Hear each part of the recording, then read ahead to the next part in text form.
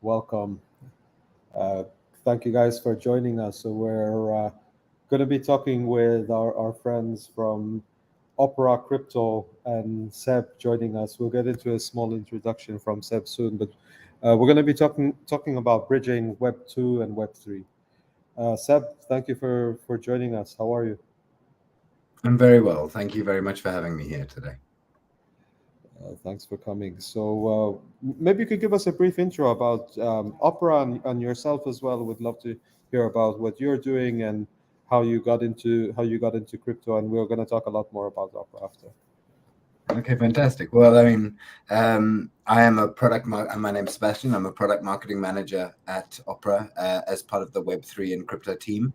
And before that, I was a product growth manager at Facebook over sub-Saharan Africa. And before that, I headed up digital at Media24, which is a big media company in South Africa, where I'm from. Cool. I joined the Opera team quite recently, about 6 months ago, but I've been an Opera fan for about 15 years. I've been using their browsers. Opera Mini, for example, which is one of our mobile browsers, is pretty much the only browser you can use if you're in a part of the world which has really bad signal. So I've been relying on it for most of my adult life. So to finally come full circle and be working inside Opera and working in the crypto team is very exciting for me. And I've been in crypto for about a decade now. Some engineers who I worked with about 10 years ago decided to daisy chain the computers in our office to mine crypto overnight to pay our electricity bills. So I've had a kind of long road with crypto and been through all of these different both summers and winters of crypto that have brought us to here today. That's really awesome. Thanks a lot for sharing that. I would love to hear more about Opera's journey into crypto. So I think a lot of the audience here would be familiar with the web browser for sure. Then there's also the gaming browser, and now the crypto browser. How did that journey happen? Well, Opera's been a quiet leader in the browser space since the very first browser, since Web 1. In the late 90s, 1996, 5 or 6, Opera launched their first browser, and they introduced many of the things that we take for granted in browsers today, things like tabs, things like private browsing, things like VPNs. These are all Opera inventions, So it's been a long journey, and I think in 2018, Opera introduced the Opera wallet into our browsers to start seeing what this new world of Web3 was and where it was going. And that was very similar to other mainstream browsers, that kind of extension approach. But over those 4 years since 2018, we really saw that there was a need for something more integrated, something where there were less security risks, something where the browser knew the wallet and had a better connection to the world of Web3. And that's really where the crypto browser came from and its genesis. And we launched that at the beginning of this year, in January this year. And since then have been growing it as a tool for a personal browser for the world of, for those who are interested in the world of Web3. That's really cool. So I think for us, we also spend a lot of time thinking about how to really grow crypto adoption. Let's make crypto accessible for all types of users, like wherever they are, whatever their internet connection, whatever is their device, whatever is their kind of preferences, and all of the other things in between. And I think access points is a kind of interesting thing, especially as we see now many new chains, right? So I think that's also helped to drive a lot of crypto adoption. So we saw back in, and that's kind of a little bit about the genesis story of BNB Chain as well in BSC, because it started off really as just a small experiment. We thought it would be kind of interesting thing to do. We definitely didn't expect to see the level of demand that we did, but that just shows the level of underserved demand there was, mainly because there wasn't enough choice in terms of like underlying infrastructure, both for developers, and then their end result was more applications, like more stuff for users, and just helps to drive more new user and grow crypto adoption. But access Yeah. points is kind of interesting. Sorry, Seb, go ahead. No, you're quite right. And on that access points thing. I think the access points are growing. And you always go through this phase with a new technology where the geeks play with it first and they work out geeky things to do with it. And then someone works out a mainstream way of dealing with the technology, and then it does something mainstream. And as we've seen with all of crypto, everything is a progression of proofs. It's an iterative process. Like Bitcoin was the first proof, the smart contracts proved something else. And now we're seeing, as you've said, with BNB Chain and others, solving those problems of throughput, of high gas fees, of difficulty with processing sort of large volumes of transactions. Those things are all being solved with software, and that's what's so exciting about this, is that it's like, as we see the software iterate, so we see a whole landscape of new use cases appearing. And that's really where us as Opera is trying to find a happy space to be supportive of this new and growing landscape. I have a lot more points on this one to get into for sure, but would be great if you can show us a demo of the Opera browser, how it works. And I'm sure a lot of the audience here as well may have not seen that before. If you're ready to do that now, we can, or we can. Okay, cool. Let's get into it. Yeah. So I'm just going to open up a new. Wait, let me share my screen. Let me know if you can see it.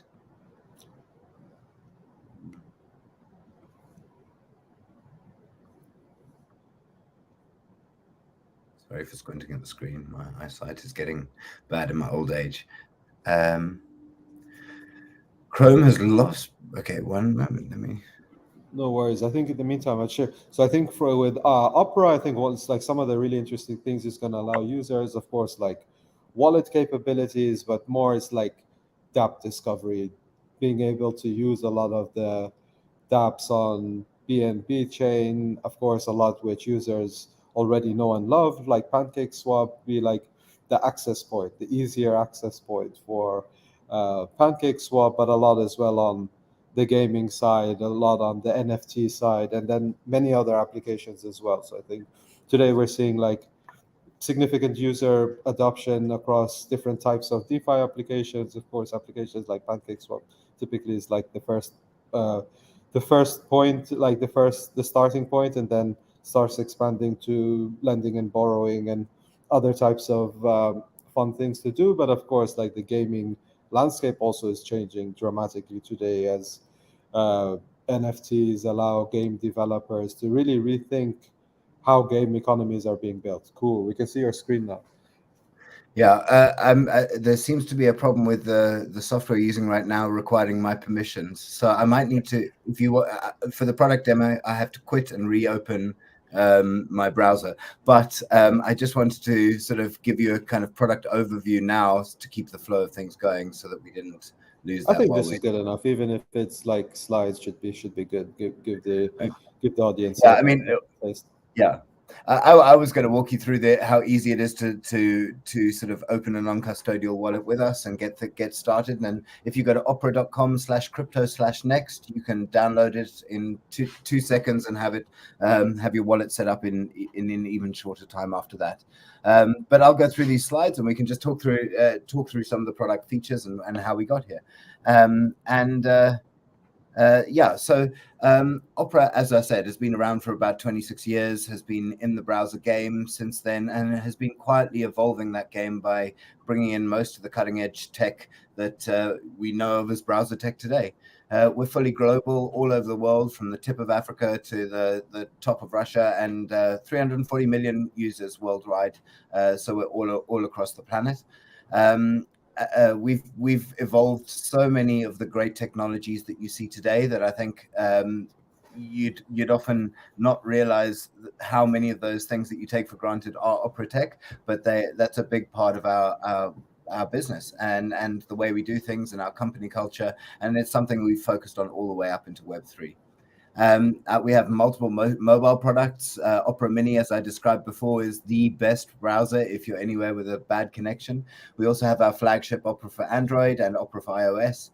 And then on desktop, Opera GX is the gamer's browser, and across the world is a hugely powerful force in gamers' lives to provide them with the best browsing experience and optimized for their kind of lifestyle.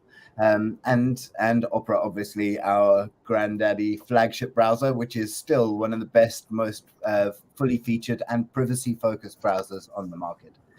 So, as I said, our evolution in Web3 went from 2018 when we introduced the crypto wallet all the way to 2020 when we launched the crypto browser, and to today where we're integrating with Binance to make sure that we have the fastest, best experience for our users. The Opera crypto browser has been it's been focused around the idea, like GX, of being a personal browser for degens rather than gamers. So it really focuses on all of the things that degens need. Everything from good ad blockers, VPNs, crypto jacking and phishing protections.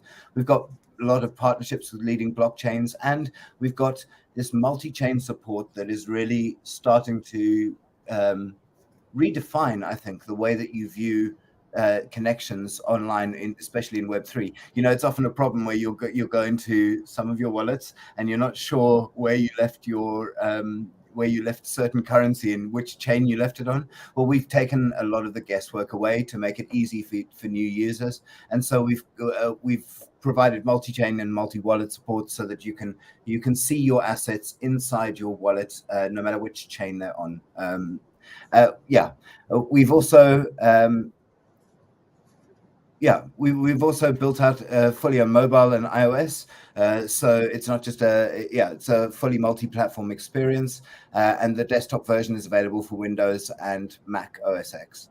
Not yet for Linux, all the Linux people, but definitely we've got a lot of Linux fans, so it's being shouted about.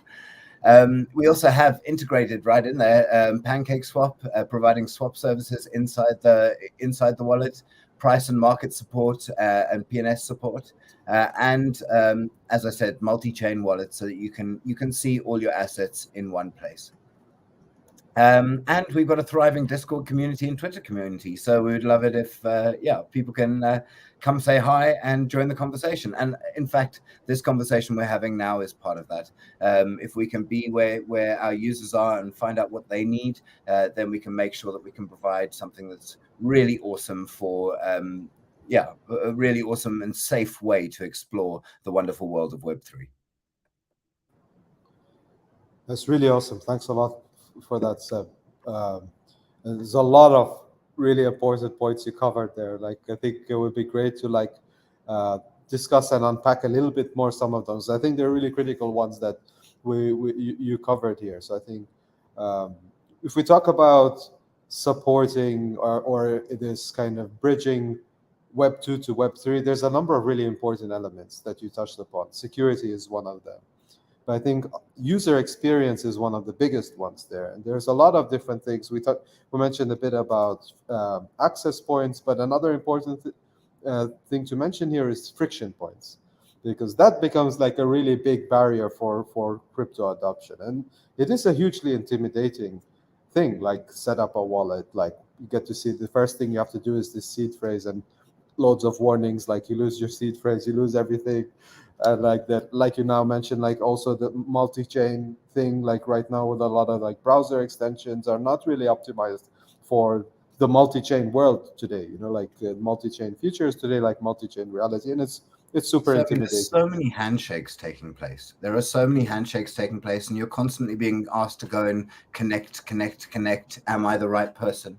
And so we've tried to get rid of a lot of that. And if you've given consent to a dApp to link your wallet, you don't have to then, when you arrive there 10 seconds later, connect again. We've made sure that we kind of what's the word?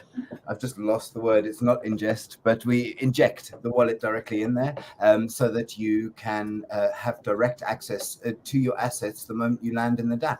And that's super exciting. I mean, you can imagine arriving in a game and your character's ready to go. You can also imagine a world where you can go between, say I'm in a popular multiverse and I need to go and buy a sword at a shop. So I'll go through a shop doorway. Now, if that's a third-party dApp, and you've already given this kind of consent, you can be injected straight in there. And so you'll walk into the shop like you're still in the game. You'll buy something in the shop, you'll walk out into the game again, and it'll feel like you've been in the game the whole time. Whereas in reality, you've been from one dApp to another dApp and back again, and it hasn't felt like you've left the experience at all. So those are the sort of seamless experiences I think we're really pursuing. Those spaces where users can get lost in the power of this consensual sort of internet, consensual decentralized internet that we're pursuing. And that's really where the excitement is. It's very encouraging to see, because I think like today Opera is clearly like sets a very high standard for what that access point should look like for users from a browser perspective. Would love to get a little bit more insight in terms of like how do you guys think about it, like in terms of that user experience and like new feature development, security. Maybe highlight on like some of the features that you believe are like really, maybe based on feedback that you've had from users, that really allow Opera to set this like very high level, this high standard from the point of an access, like being the access point. Yeah, so I mean, happy to talk about those. So safety and security is first, like making something easy and accessible means making someone comfortable in it. So safety and security is first and foremost a priority. It always has been for Opera. Privacy also, the privacy of users. This is a very sort of it is both a very private space and also a very open space. You know, if you know someone's wallet address, you can see all their stuff. But at the same time, if you create a private and personal and secure space for someone within Web3, they feel safe to engage with it. And that's what we've focused on.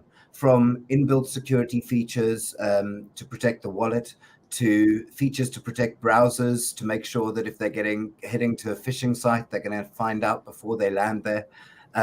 Features that include sort of one of my favorite features is our smart clipboard or safe clipboard, which prevents phishing attacks of your clipboard. So few people know that's a huge way that people lose their sort of seed phrases or whatever, is when you're copying and pasting between, or when you're sending your public key to someone to send you some money, you'll copy and paste it, but when you're pasting it, that paste gets hijacked. So having a prevention against that and knowing every time I press paste, it's the thing I've just said I'm going to paste, that's super useful too. It's the little things, you know. But at the same time, there are much bigger things behind the scenes. As I said, like multi-chain switching, a lot of the other integrations we're doing, because as a browser, I think Gavin Woods described the browser as the cradle that holds Web3. And I think we kind of take that responsibility seriously, to be as multi-chain as possible, to be as supportive of multiple dApp ecosystems as possible, as we're going through this early stage of everyone working themselves out, and then to support this ecosystem growth towards its where it ends up. Because unlike Web 1 or 2, we're not going to be the ones to decide where the successes or failures are in the future of the web. The communities are, and we have to build a space that listens to them and that grows with them. That's really cool. So I think like another interesting thing that Opera is going to increasingly do for users is around dApp discovery. So that's been kind of like a challenging part of the user journey as well, because users like download the wallet, then have to go and try and find dApps. There's some websites that do it, but we'd love to hear a little bit more about how you guys think about that, because it's a little bit of a balance there as well. It requires some level of due diligence on the dApps, because there's of course like a lot of phishing sites and like high risk applications and other things like that. So I think there's like the answer is maybe somewhere in between in my perception, but would love to hear more about how do you guys think about it, especially as you have to scale and support like now thousands of apps.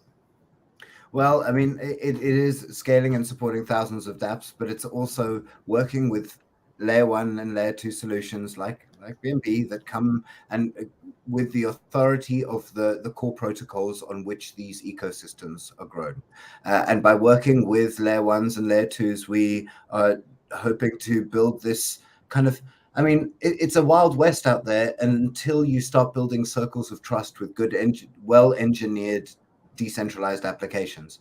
And suddenly there's a bunch of people who are working hard to build the future, and they're being diligent about it, and they're not trying to rug pull someone. They're trying to make something that does something, and that's what we're here to support. So beyond the kind of hype, we're looking to create a safe space where we can analyze good quality software, look at it in the light of being what's useful for our users, and what do they find useful, what do they come to us like needing to use, and then building that with them so that we can create a supportive environment for growth, and not this kind of scammy stuff which scares people off. I know that's also been a huge focus for Binance with its launch pads and other activities to really create these sustained, strong, supportive networks where the users can trust.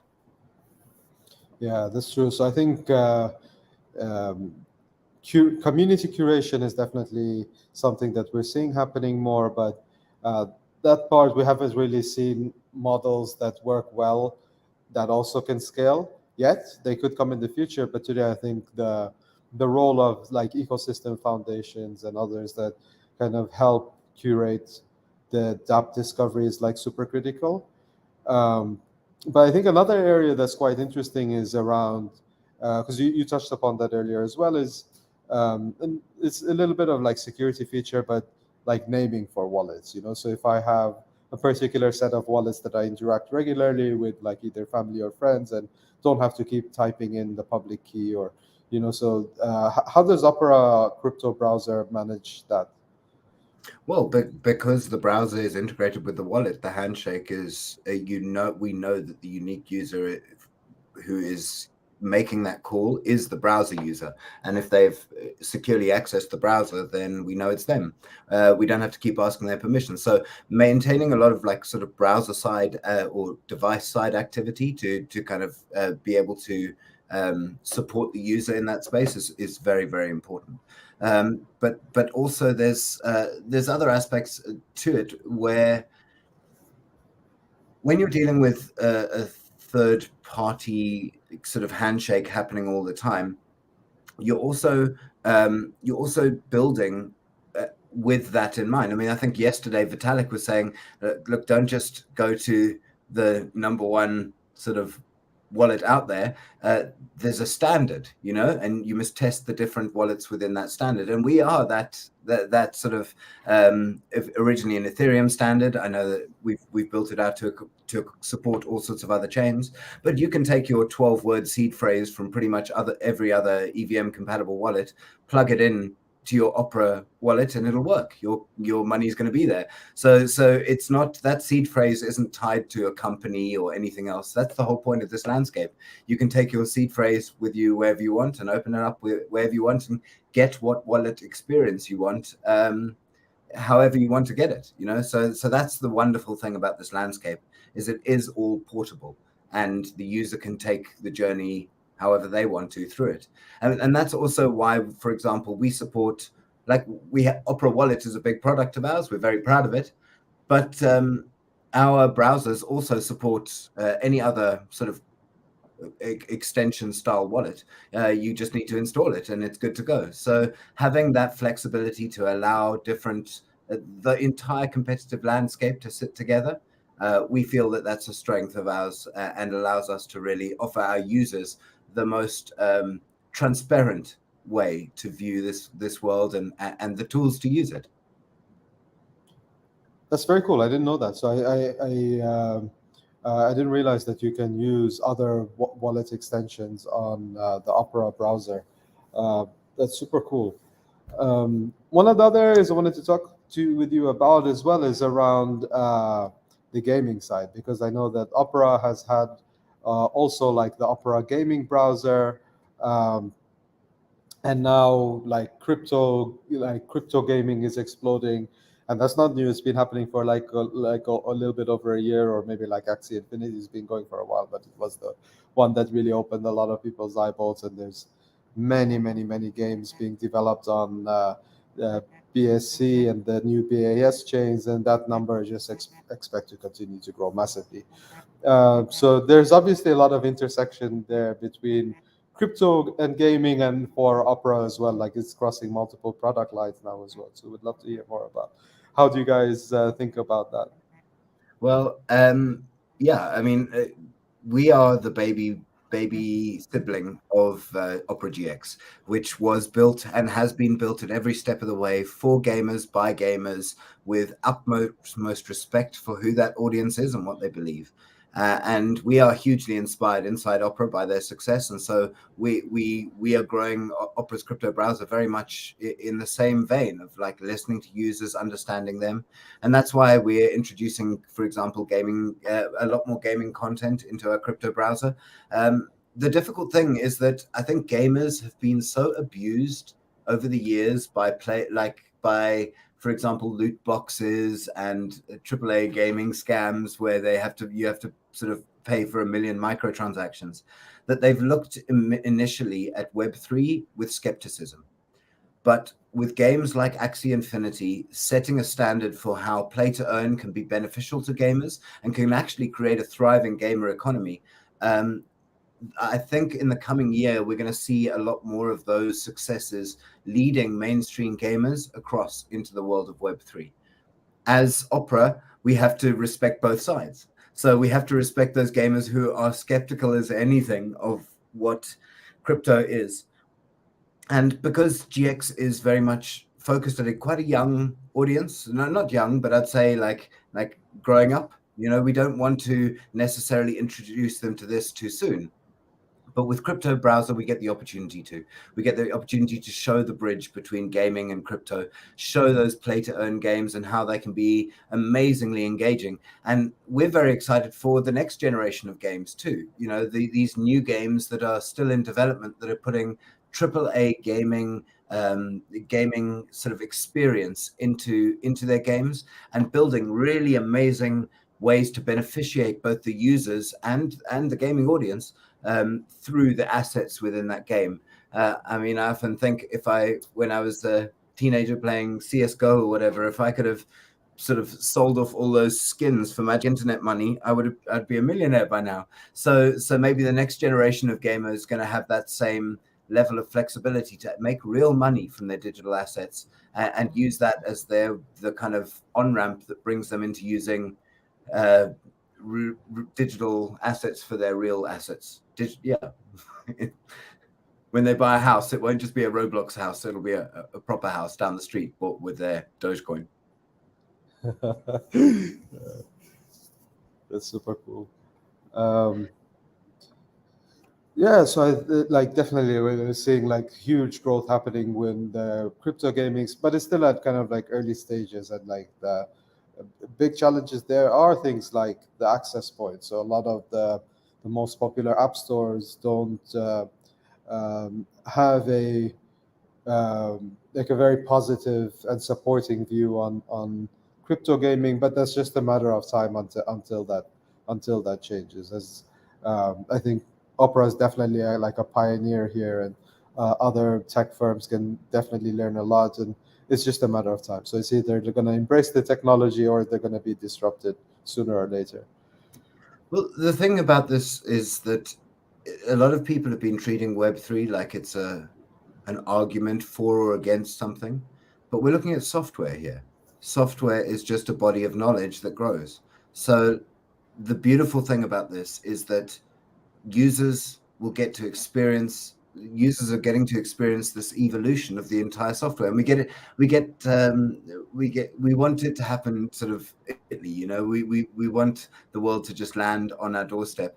But right now out there are all these developers, and it normally takes a developer 18 months before when they go from beginning to learn some software to releasing something.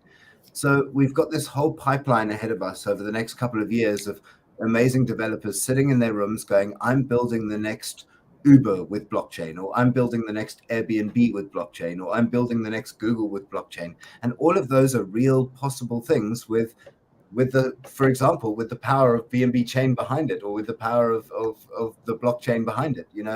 It's now possible. So I think this can only get more exciting, and these crypto winters are not such a winter if you're a developer sitting somewhere making something that's going to change the world. Yeah, for sure. We would love to actually see the product. So I know that you were having a little bit of trouble with your browser. So I could suggest like you could hop off, restart your browser, and come back in a minute, and then would be really awesome to have a look like detailed walkthrough. So if you need to close the browser and like rejoin in a couple of minutes, we'll Yeah, I'll we'll be be right back with back. it. Thank you. Yeah. In the meantime, let me try and share my screen and show you guys where you can go and do that. Um,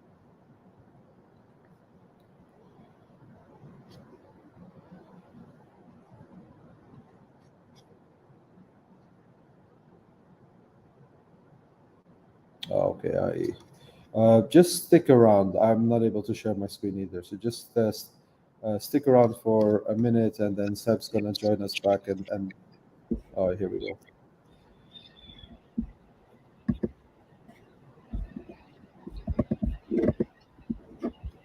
Hello, how are you? Am I sharing my whole screen now? Is it working? It might take usually takes like a couple of seconds to load up. We can't see it yet, but I think it's coming. Well, let's see. Yeah, perfect. Can see your screen. Okay, fantastic. So yeah, as I was saying, we just got started opera.crypto.com/next, and it'll take you here to the Opera Crypto browser. Pop download, and it'll be in your inbox. It'll be right there for you. So what you'll get when that happens is this installer over here. And I wanted to install from the beginning for you guys. Just Give us the full experience. yeah, then you get the full experience of coming into it. So let me just close this window here, and can you still see me? Yep. Okay, so that should have set it up, and here's the Opera Crypto browser. So as you can see, it is it's just a browser. You're straight in there, and from the very beginning, you have a series of our kind of top things. Now, one of the big things about Opera is its sidebar. So if you have a look at this sidebar over here, it's really a place where you keep everything you need. And here's kind of Telegram and Discord by default, but you can set that up with all of your favorite messengers or other applications to be able to chat and communicate with everyone. And up here is the crypto wallet. So as you've seen, like this was a newly started one. You've got a wallet in there, good to go. And if you need to import a wallet, you can bring a seed phrase in here from anywhere else, and that will be available directly in the wallet right there. In terms of networks, as you again, you can see here, we've got Bitcoin, BNB, Ethereum, and Polygon mainnet all available straight away, and you can always connect it up to any other network that you know. You have anything on, and as you can see here, I mean, I just generated this one right now, so there's nothing there, but if I had other coins available, they would appear immediately underneath here, while above the fold you get Bitcoin, BNB Chain, Ethereum, and Polygon all available right there, and also your NFTs. So don't have any NFTs in here right now, but if I were on Ethereum, I'd be able to go in and check out my NFTs right there as well. So it's a very simple sort of very simple setup, very simple situation, and the moment you go to Pancake.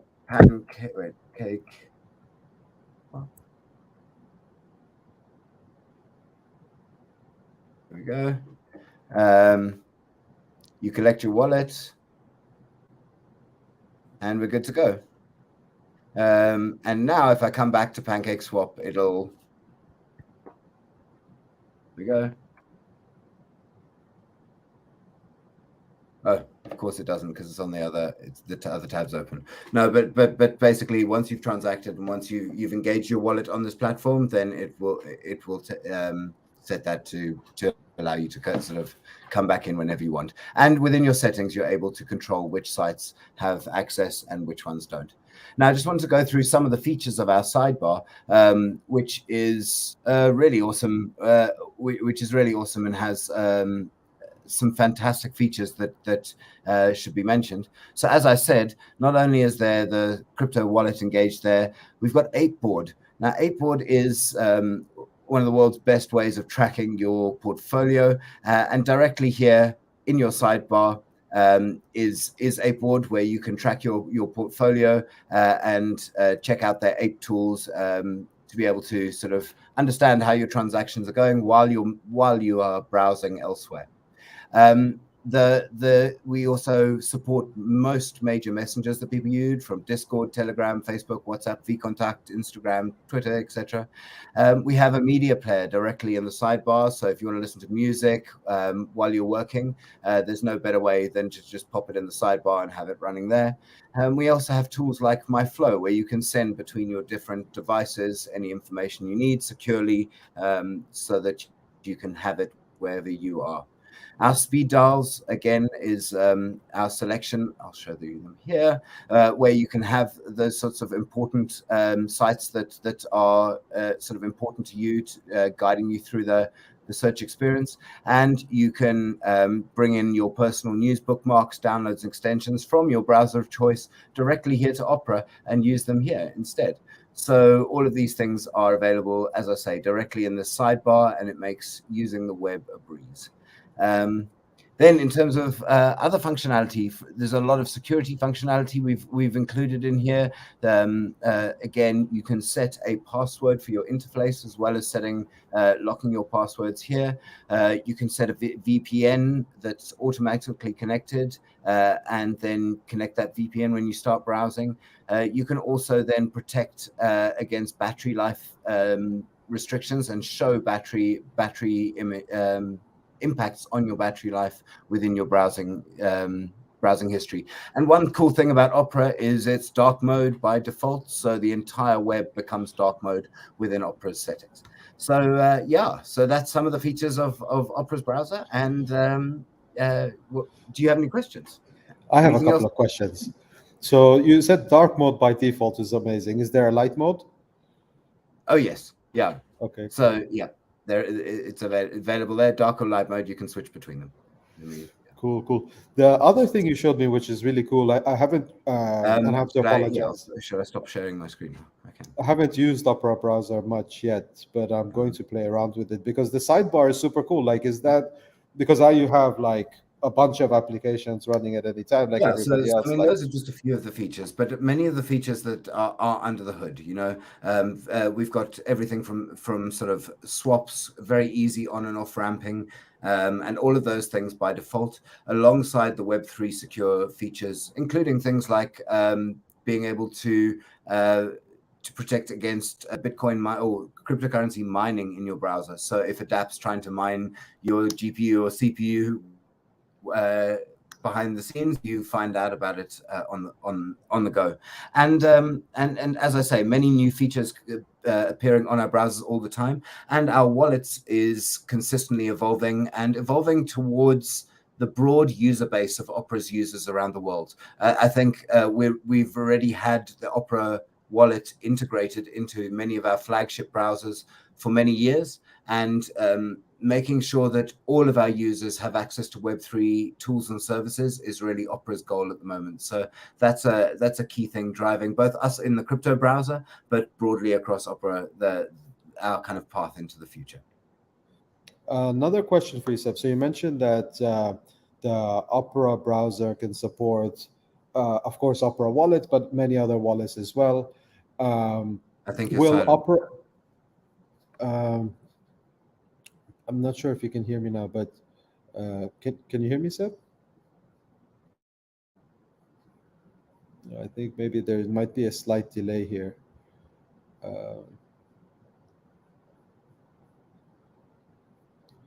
There's another question from the audience. Just want to check if, Seb, if you can hear me.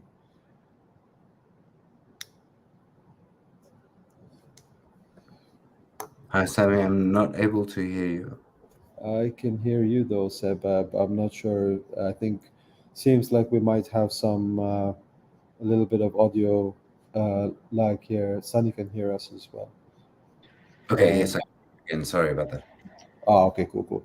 Couple more questions. So you mentioned that the Opera browser can support other third-party wallets. Will Opera wallet become an independent product like that users can use in other browsers, for example, or is it going to stay within the Opera browser? That's not a decision or something that I can really speak to that much. I mean, right now we're a browser company. So in building the Opera wallet, it was built as a tool for our browser users to make things safe and easy for them. So right now we're not trying to sort of be the wallet around town. For us, like, I mean, for me, I can't speak for Opera. Well, I'm speaking for Opera, but I can't speak for Opera in this regard. For me, the browser is the thing, right? The wallet's Yeah. cool, but it's what you do with it. It's how you experience a dApp. It's how fast you connect to a game. Does your character get to like go and buy something and then go and use it, or do they have to wait 25 minutes for the transaction to process? These are the things that are like important to us as a browser company. So I think really what's important as we go forward is that we're very focused on that user experience, and wherever that goes, we'll go with it. Cool. For the audience, if you have any questions for Seb, feel free to drop them in the chat, and Sunny can share some questions if there's any here. But there's one from Farrell. Farrell's asking about does the crypto wallet suggest gas fees, like be able to customize gas fees and increase the amount of gas that you want in a particular transaction, and some of the other types of more like advanced features that some wallets do. Is that available today? And if not, is that coming soon? Well, in different ways and in different spaces. So, like these are key problems the entire ecosystem is facing. How do you measure gas? Who do you measure gas from? And where is that? What we're quite focused on, and it's part of our partnership with BNB, for example, is making sure that when we work with a provider, we're working with providers who are providing the best value for the audiences. So, for example, with PancakeSwap, we're working to make sure that the users who are interacting with swap services through that are given the best possible rates for gas, but that is not that's not necessarily something that we want to decide. That's something that we want to make sure is within the ecosystem. We're just making sure that the transactions are as fast as possible, and fast and secure as possible. So in certain circumstances in the future, definitely we want to get involved in that like kind of discussion more. But also it's about how we provide that, right? So certain gas prices are related to how that service is provided. And if you're offering multiple services side by side, how do you offer those to the user in a way that is supportive of competition and not and is also clear? So these are also difficult problems that we're working through as an ecosystem, I'd say, and Opera is definitely taking them very seriously right now. Right now the flexibility is within the services and the dApps, not within the browser. Yeah, I think that's a really important point, because like that's also can be like a friction point, right? So there's some balance there. Like some advanced users may want the ability to be able to modify those things, but the large majority just want that gas transaction fees, like whatever it is at that particular time in the network, like regardless of everything else, how much is happening. They just want it served. Click the transaction, just view the information, make it really easy. So I think that's the real balance there, when especially thinking about this whole idea of the access point and bridging Web2 users to Web3. I can promise you in a year we're going to be laughing at the whole gas thing as being what a ridiculous time in our Web3 life, when we were paying that ridiculous amount of money for the throughput on an exchange, on a currency or on a token. I mean, it's bizarre. It really is bizarre, but it's a consequence of scale, right? We're reaching a scale now where the first solutions were inadequate to handle the scale of audience we're now seeing. So I think gas was important mostly to kick us all in the butt and get us up to a point where we were building technology that was faster and cheaper. But very soon, gas won't be the issue. You can't play a game every day and worry about gas for each like blockchain based sort of decision that's made, because then you're going to be paying a fortune. Like, that's not sensible. So we need to get to a point where gas is less of an issue, and where and I think with, as you said, with these major sort of layer ones and layer twos that have been evolving this space, there's very little time left for those huge gas fees, unless you're buying ridiculous apes or something. Yeah, but I think for even for us, we think about that a lot. Like, I think for us, we're really thinking about the normal users, the everyday users, the mass market. Like there, and we have seen that there are of course some users that don't mind or don't even care how much they're paying on the gas fees, but for the large majority, I think they're more aware and really do care, and that's where I think the access points, as well as these the types of tools, especially what Opera is doing in terms of leadership and paving that way of bridging Web2 to Web3, is super important. And it's been a huge pleasure for the whole BNB Chain community to work with Opera, and definitely looking forward to hearing more updates. And on that point, where's the best place for the community and the audience to go to keep up to date with the latest news from what's happening with the Opera crypto browser? Well, yeah, come chat to us on Twitter at opera_crypto or opera crypto on Discord. That's where we're most active, and there's always someone there who can help you with any of the problems.